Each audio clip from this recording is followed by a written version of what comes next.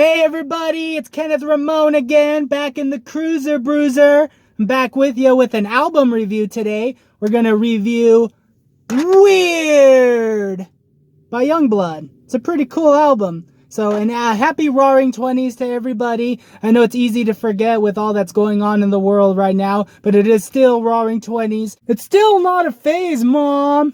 Okay, let's get into this review. Okay, so a little bit of backstory on how I became a Yungblud fan. So actually, guys, I knew nothing about Yungblud until this new resurgence of pop punk that's been happening. And it all started with Slim Shady destroying MGK's rap career and making him switch to pop punk, which is actually kind of cool. It's working out because it's bringing rock music back into the mainstream, I feel, with a lot of rappers that are turning to pop punk music.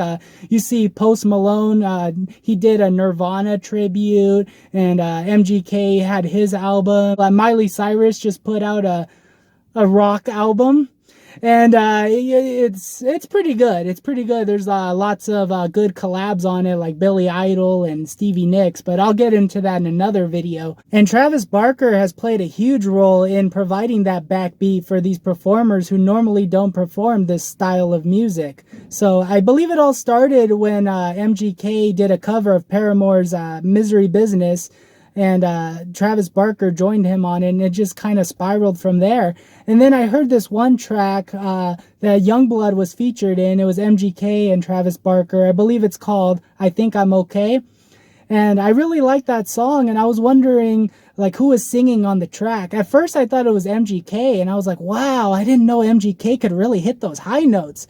But it turns out it was actually Yungblud and singing in the chorus. So after that, I saw that Yungblud had this new album coming out, and I'm like, oh, I recognize that name.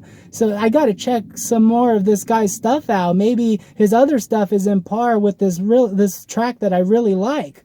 So guys, yeah, I'm just going to review this album and just share with you my favorite tracks off of it. Thumbnail extraordinaire! Yeah, and I was lucky enough to get a signed copy of this album too.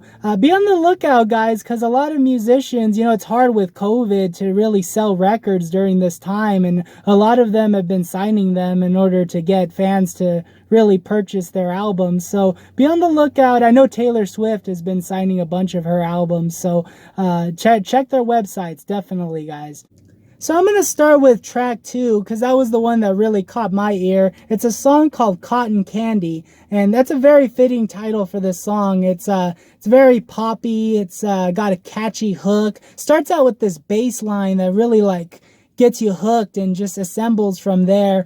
And I would say if there's going to be like a mainstream pop single off this album, it would probably be Cotton Candy. And with all respect to Yungblud, I don't want to insult the guy, but it kind of has like a Justin Bieber, teeny bopper type of sound. Like I could see the kids these days really vibing with this song. So I could see this being like the top 40 hit, but I love it. Myself, I love it. It's very catchy and very melodic, and it's a great song. The third song on this album is Strawberry Lipstick, and I believe that was the first single. Now with this song, I think it was marketed as like a pop punk type of song, like a Green Day-ish song. I think that's how alternative press described it. Now, I don't really see the comparison with pop punk. I'd say it's more like a pop rock type of song, but it definitely has that 2007 type of feel. It's a very good throwback to like mainstream rock in the early 2000s. So track number 4 is called Mars. And to be honest with you guys, it takes a while for me to really get into songs that take a while to build up. Like they're kind of like slow burn type of songs, or like ballads. Like those are the tracks in there that really I kind of zone out with on the first listen. And I will eventually like them, but it takes me like a few listens to really get into it. But with this song, I could tell you on the first listen that the lyrics are amazing. The metaphors that Yungblud uses here are quite fantastic. So for that alone, it's a great track. I just need to listen to it more for my personal taste. But track number 5 It's really cool. It's called Super Dead Friends. Now this like kind of has like a video game type of vibe. It's very industrial.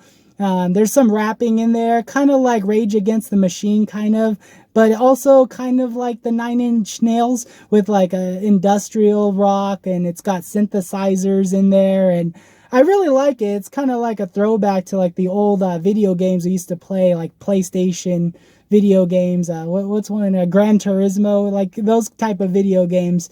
So track number 7 is called God Save Me, But Don't Drown Me Out. And this is actually the second single off of this album. And guys, I love this song, not only for the lyrics and for the music, but just the positive message itself. Like if you watch the music video, and I highly recommend it because it really conveys the message that Yungblud is trying to make here. But definitely with COVID and these lockdowns and things like that, there's just so many people in this world that just feel alone and isolated. And really, this life is just way too short. You see, and I think that comes clear as day now, more so now than ever. It's just, you just really need to accept who you are, and people need to accept who other people are.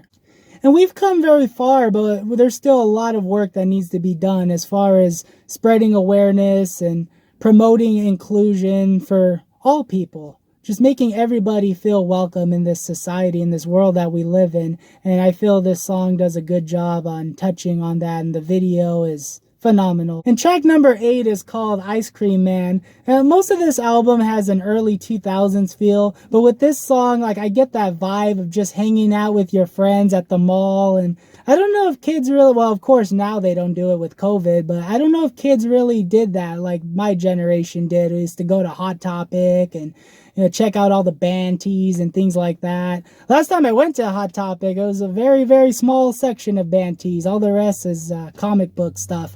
But anyways, but that's the feel that I get with this song, is just having fun with your friends and just being young.